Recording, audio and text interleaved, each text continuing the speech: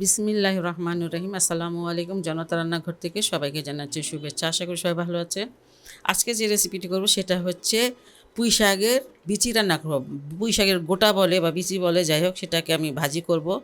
সেজন্য এখানে একটা প্যানে বেশ কিছুটা তেল দিয়ে দিয়েছি, আর দুটা নতুন আলু, এগুলোকে আমি কেটে একটু লবণ আর মানে হলুদ দিয়ে মাখিয়ে নিয়েছি।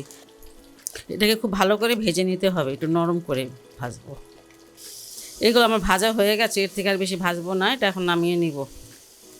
এখানে 3টা শুকনো মরিচ দিয়ে দিলাম, বেশ কিছুটা রসুন আর 2টা পেঁয়াজ।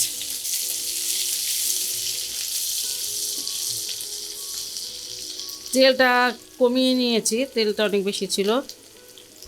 এখানে এই যে ইসের ফুল, পুঁই শাকের ফুল গাছে হয়েছিল কয়েকটা, এটা নিয়ে আসছি আমি। ওজনটা বলতে পারবো না, কারণ এটা মাপা নেই, 250 গ্রাম হবে হয়তো বা। আর এখানে ওই যে পেঁয়াজ কালিয়ে সেটা 4-5টা দিয়ে দিয়েছি। এখানে কোনো মশলা যাবে না, কোনো মশলা দিব না, আর স্বাদ মতন লবণ দিয়ে দিচ্ছি।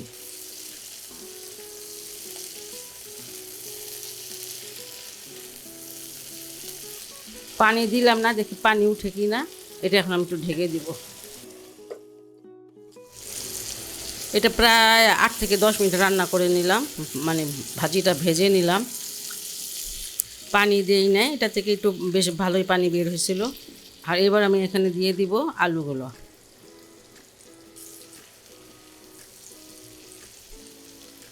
7-8টা কাঁচামরিচ আছে, এগুলো ভালোই করে দিয়ে দিলাম। ধনিয়া পাতার দিন 1 মুঠ ধনিয়া পাতা দিয়ে দিলাম। আর এটা শীতের সিজনে সবসময় পাকে, মানে ফুলগুলো শীতের সিজনেই হয়।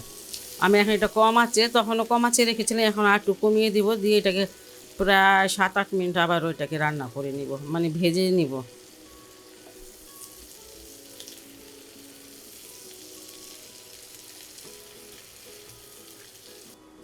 এটাকে আমি আরও কিছুক্ষণ রান্না করে নিলাম, 7-8 মিনিট তো হবে, যাতে সব কিছু মানে খুব সুন্দরভাবে সিদ্ধ হয়ে যায়। আর সব কিছু সিদ্ধ হয়ে গেছে, মরিচগুলোও সিদ্ধ হয়ে গেছে, আর আলুটা তো ভেজে নিয়েছি। তাছাড়াও যে আলুটা শক্ত নয়, একদম নরম, টুকরো ভাজা। আর এটা হয়ে গেছে। এখন পুঁইয়ের বিচি অনেক পাওয়া যায়, আপনারা এটা অবশ্যই অবশ্যই শীতে ট্রাই করতে পারেন। যদি ভালো লাগে তাহলে চ্যানেলকে অবশ্যই লাইক কমেন্ট সাবস্ক্রাইব করবেন। আল্লাহ সবাইকে ভালো রাখুক, সুস্থ রাখুক, নিরাপদে রাখুক, এই দোয়া করি। আল্লাহ হাফেজ।